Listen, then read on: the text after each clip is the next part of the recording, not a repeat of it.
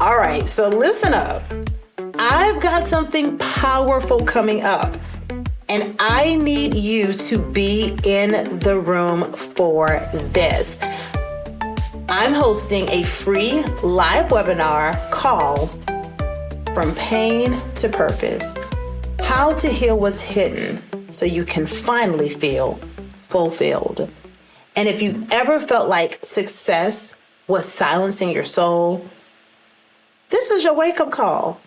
In this live session, we're going to unpack why high achievers struggle with feeling stuck, how unhealed emotional wounds affect your relationships and identity, and how to finally reconnect with the strongest and truest version of you.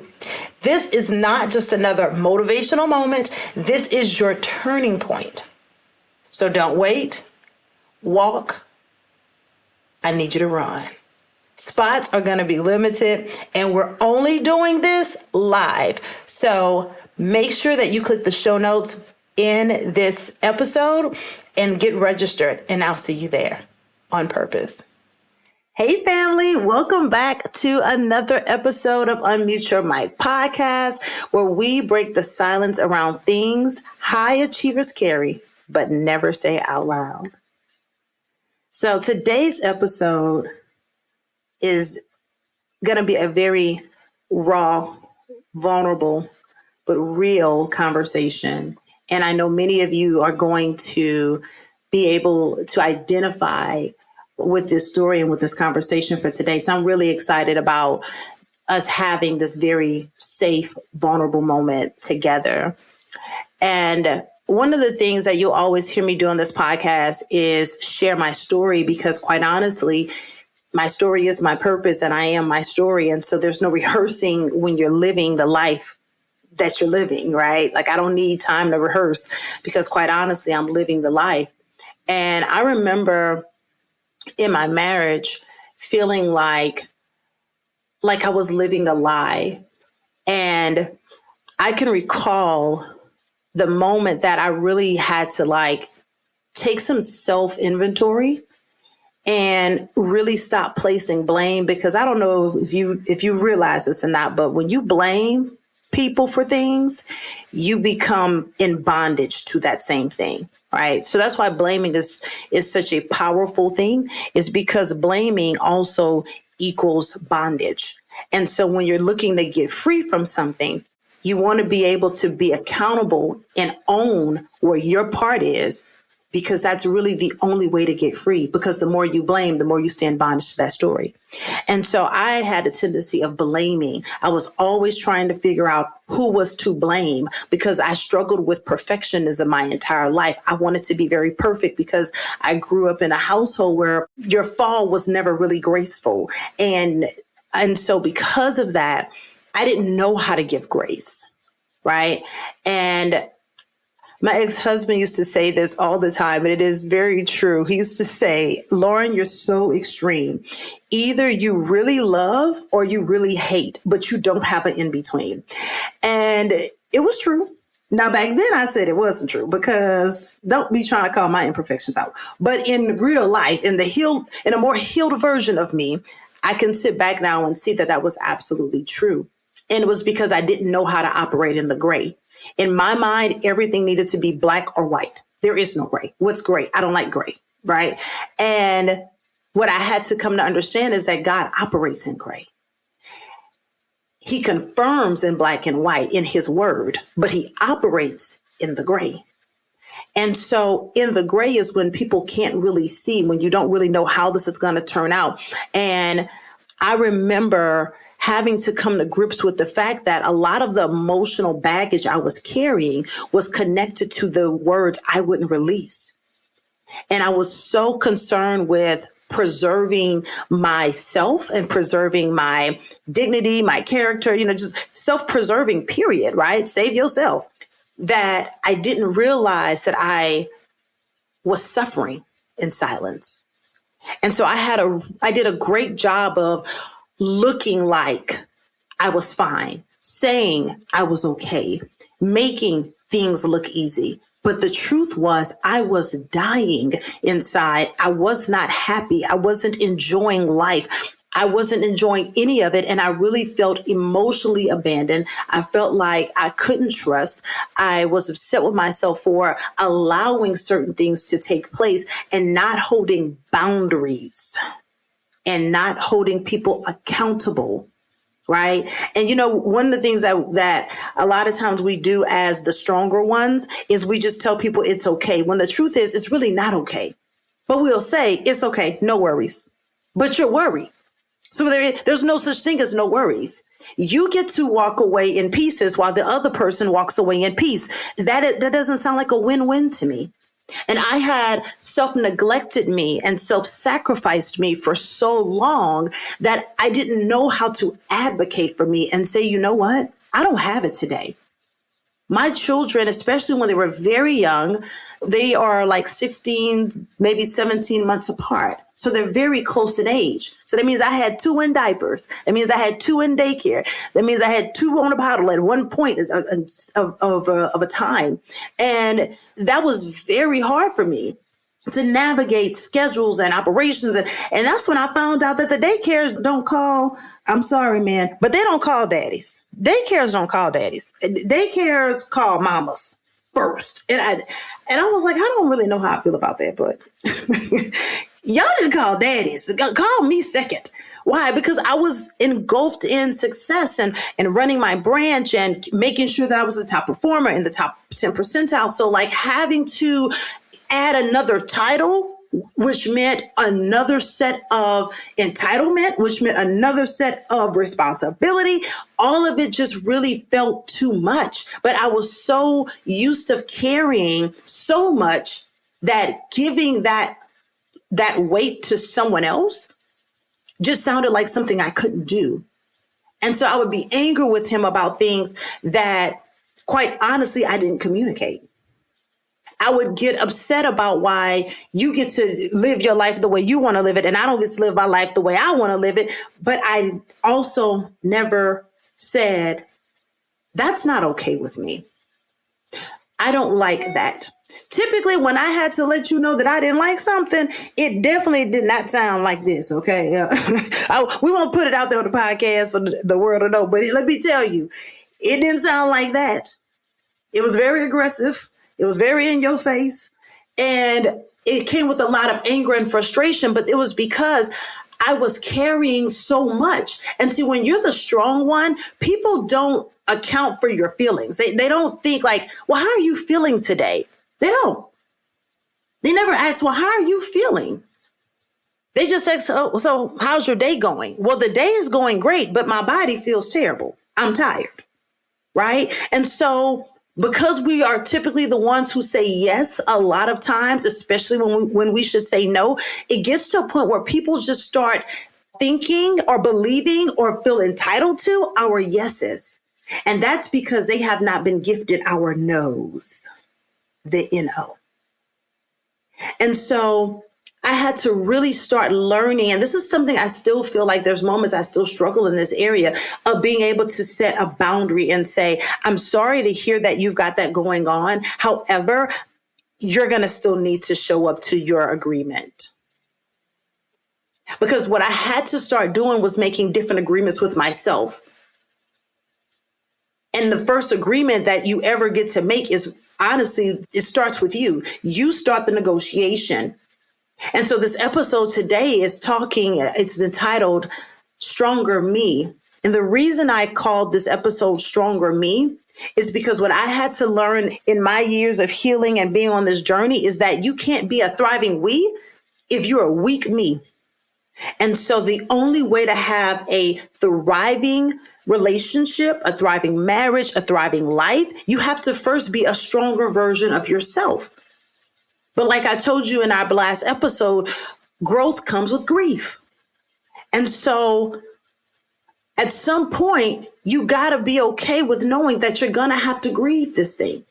One of the hardest things I had to grieve going through divorce and then operating in my gifting and my anointing was that I had created some monsters and I had lost myself along the way because I kept denying me of honesty. And so that's what happens, especially for women, because we are really good about like trying to mask it. That what happens is we will self neglect, and we're not realizing that every time we do it, we're losing identity.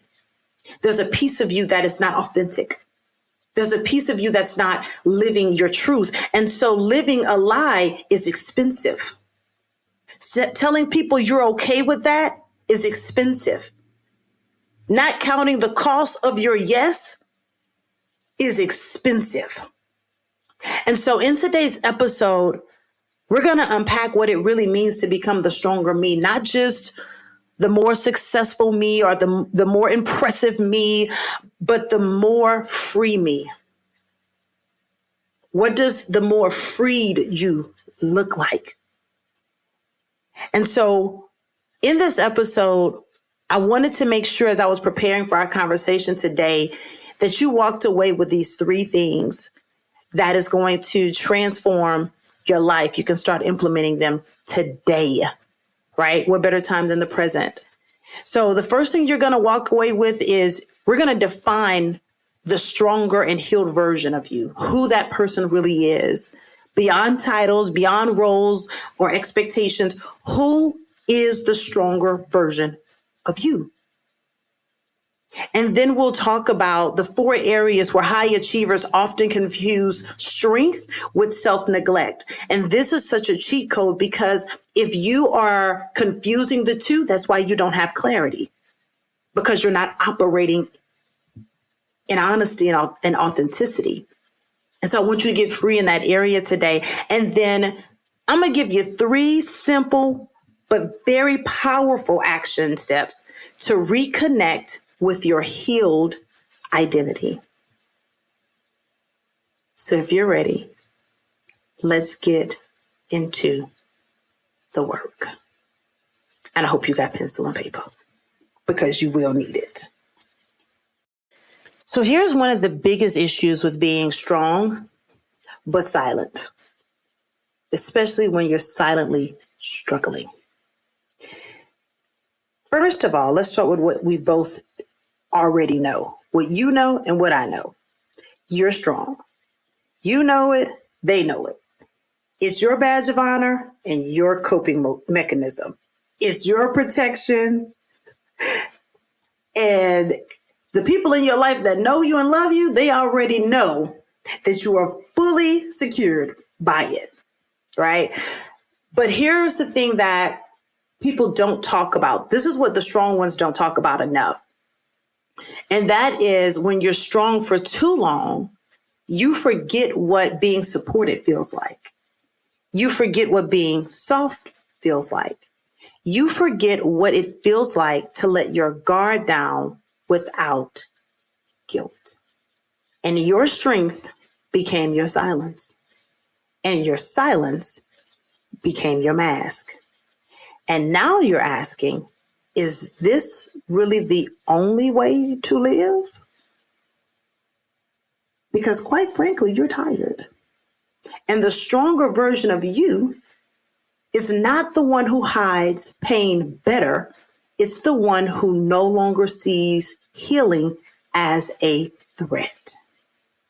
So oftentimes, one of the reasons that stops a high achiever from achieving healing, one of the big issues with that is because people can't see it. And y'all know we like accolades. We like our certificates. We do like our trophies. We do. Let's go. Let's tell the truth and shame the devil today. Okay, this is a safe space. We listen and we don't judge, but let's just keep it a stack. You do like it. If you didn't, then why you didn't throw the trophies away? Why you still have them at your house? You still got your baseball trophy from like you were 5 years old. So don't try to tell me you don't like it, right? So we do like it. However, we also struggle with healing because healing doesn't come with a certification. It doesn't come with a certificate of completion. It doesn't come with a trophy. And it can only be experienced whenever people interact with you. So it's not an outfit that you wear. It's the essence of who you become. And so when we think about why are we not healing, it's because, again, a lot of us are afraid of what healing is going to make us shed because we have allowed success, we've allowed busyness to be the thing that creates a barrier between who we are and who we want to become. And so I want to talk about these 4 areas where your strength can become self-neglect. I call it your prison. Selbach C. So let's start with the first one. Boundaries. Ooh, the B word. Boundaries. Strong people overextend themselves. Healed people honor capacity. So I want you to ask yourself, where have I been strong at the expense of my sanity?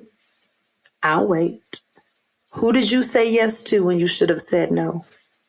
Our good book Proverbs reminds us that it is important that before we give a yes, that we count all of the cost, because your yes is very expensive.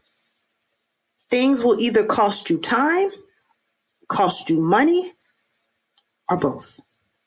And so even things that people think are free aren't. Oh, the summer camp your children go to, that's free. Yeah, but the gas to get there is not. The mileage on my car is not.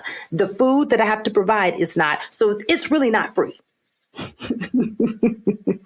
Nothing is in life is free. You're either paying with money or you're paying with your attention. But either way, you're paying. And so a lot of times we're not thinking about our energy. One of the things I had to start doing, which is why I live by a calendar. My friends that know me know, if you don't send a calendar invite, I will not be wherever it is you said we're going to go. And the reason I live by my calendar is because A, if you cannot measure it, you cannot manage it. Let's start at the top. B, I got to be able to manage and measure my time, but it also helps me to account for energy. Do I have enough energy to do that? Because quite frankly, however you prepare the day before is going to dictate how tomorrow looks for you. And I say this to my children all the time. Your ability to be prepared starts the day before, not the day of. What you do on the off season is what you're going to do on game day for my football people and sports people, right? So where are we not accounting for energy? Because your energy and your time matters. You should walk around clocking time all day. We like to clock tea. Clock that tea. No, quit clocking tea and clock time. Stop clocking tea. I don't know who that's for. That's not in my notes. But stop clocking tea and clock some time. Because if you clock time, you'll see how much overthinking has costed you. If you clock your time, you'll see how much gossiping has costed you. If you clock your time, look at your hourly rate. Now, this is definitely not in my notes. This is clearly for somebody that's listening to this podcast, or maybe it's just for me. But your hourly rate, I need you to figure out, what's your hourly rate? How much do you need to be making per hour to hit your goal, right? So if your hourly rate is, I don't know, $100 an hour, you mean to tell me you sat and overthought on an idea or on a relationship for 3 hours and it gave you nothing? You should invoice that other person $300 because you wasted my time. I just sat here and had a whole overthinking session with you, and I can't get that time back. Time is a non-refundable investment. You owe me money. You may need to start invoicing people. Invoice yourself. You owe you this much because you didn't do anything productive with that time. And you can't have a rate of return on an investment you never made. So if you're investing your attention into social media and you're looking at your analysis, looking at the data, how much time are you spending on social media? And how much of that time could you have spent building the business? Come on. Oh, I'm in somebody's business now. That time you spent on that phone, clocking tea, you could have started a tea business. At least it could pay you. But we don't think about that. We like to spend time laughing and dismantling others, but we're not constructing our futures. So I'm going to just let that sit because that was clearly for somebody because it wasn't in my notes. Emotions, number 2. Strong peoples, we love to suppress. Whoo, child. We will tell somebody we're okay, pretend all day long. We like it. We will suppress. Strong people suppress. Healed people process. And you cannot heal what you are too strong to feel. I know that just hurt somebody's feelings right now. But that's important that we really move through that and understand that you've just been suppressing. That's what happened to me. I suppressed for so long that I've had to unlearn suppressing and start learning communication, because until you communicate, a person doesn't understand why you are so connected to the issue. So for my women who think, oh, he should already understand. He's just ma'am, he doesn't know. I know you think he should know, but he doesn't know. He is not a mind reader. And he doesn't have a thermometer to check your feelings all day long. Either you are going to use your words to connect, or your nervous system will be overwhelmed. You choose. Let's just deal with the emotions. Emotions are healthy. They make you human. They also make you empathetic. They also help you to tap into the softer version of you and not the hard exterior that people are having to climb the wall of China to try to love you. He's sick of that, ma'am. This man's been trying to love you. I don't know who this for. This man has been trying to love you. If this your testimony, send us to your partner and just let them listen. Don't even tell them what's in it. But this man has been trying to love you. He has swam the Jordan water. He has climbed the wall of China. He has built the home by a bed, and nothing is good enough for you. Every time he turn around, you got a problem.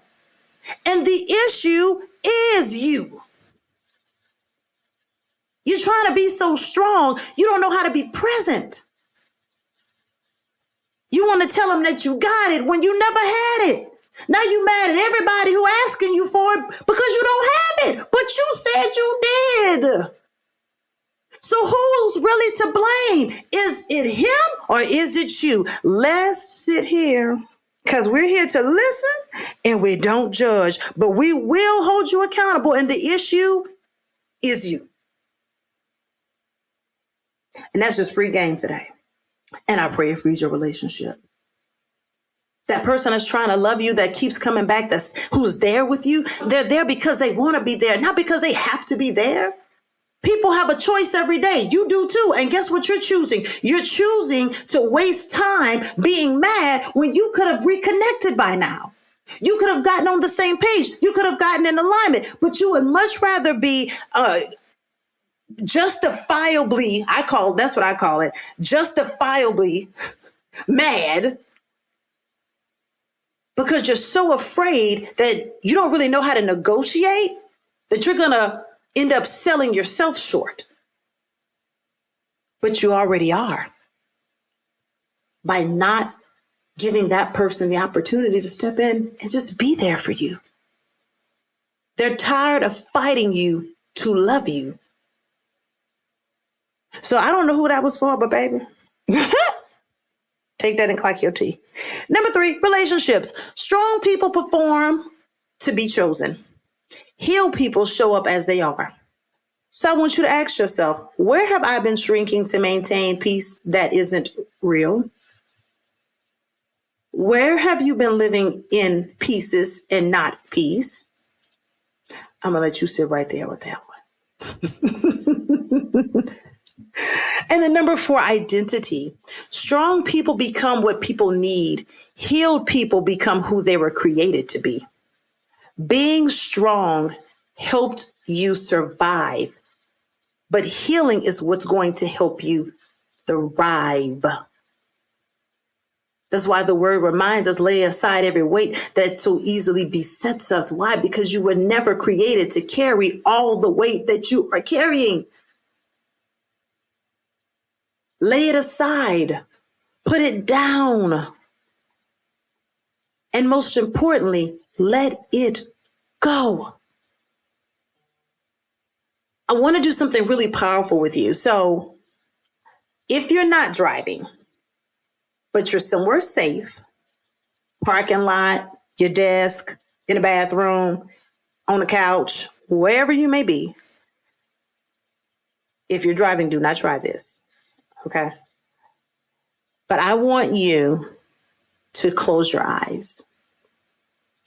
One of the reasons I want you to close your eyes is because your eyes have been carrying you around all day and they're tired. They need rest. I didn't say go to sleep. I said close your eyes. Allow them to reset. Allow them to move around in the peace of stillness. And I want you to imagine with your eyes closed in the healed version of you. What are you wearing?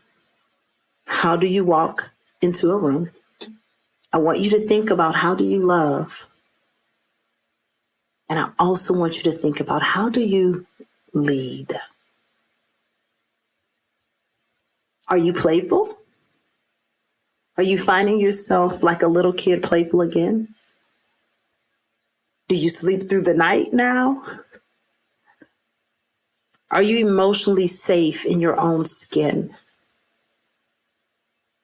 Are you creative again? Do you laugh from your belly now? Because again, we're talking about the healed version of you. And most importantly, are you feeling connected and fulfilled? That version of you is real.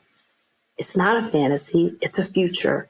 And that future is waiting on you to unmute your mic and start becoming. Open your eyes. How do you feel in this moment? Because where there is no vision, the people perish. You have to have a vision for your future. Because if you lose the vision, then it dies. And you didn't come this far to let it all just go. So I hope that you enjoyed that moment of being able to tap into the creativity of the greatest version of yourself. So I promised you homework because a great coach always challenges. So here go your 3 steps. I want you to take this week to start becoming the healed version of yourself, because you can't become what you never started. Okay, so you have to start, darling. So the first thing I want you to do is I want you to write a letter to the weaker you. Not to shame them, not to belittle, but to thank that version of yourself. The version that carried the load, but it's time to let someone stronger, your healed self, carry it from here. So I want you to hold space to write a letter to the weaker you, who's tired and who really wants to retire because they're tired. Okay? And after you write that letter, you can decide what you want to do with it. You can tuck it away. You can burn it. You can rip it. Don't burn your house down. That's not what I said. Whatever it is you want to do, however you want to let that version of you go and be released, release it, whatever feels good to you.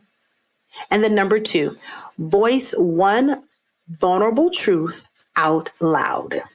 Use your mouth, your mic, speak up, come off mute. Okay. This could be to a friend, a partner, a journal, or God, but say it. Healing doesn't start with perfection. It starts with honesty. And you've been lying to you for so long that you forgot what being honest with you felt like.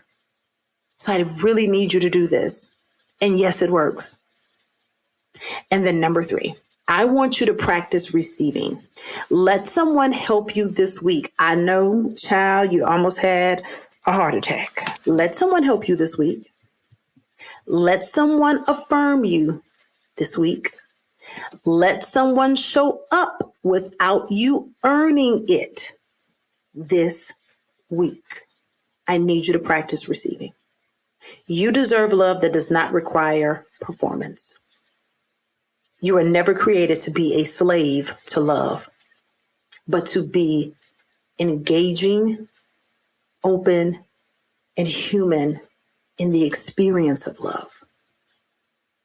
So if someone tries to make you perform, that's not love. They're looking for entertainment and maybe an invoice, but they're not looking for love.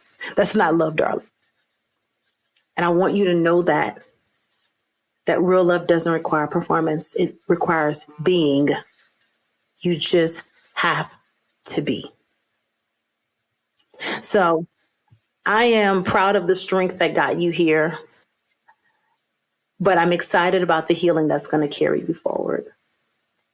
And know that your stronger self, it's not buried under pain. It's planted and it's waiting on your permission to feel, your permission to rest, your permission to change it. Being buried and being planted look the same, but they have different outcomes. So let this be your reminder that the strongest version of you is the most honest one.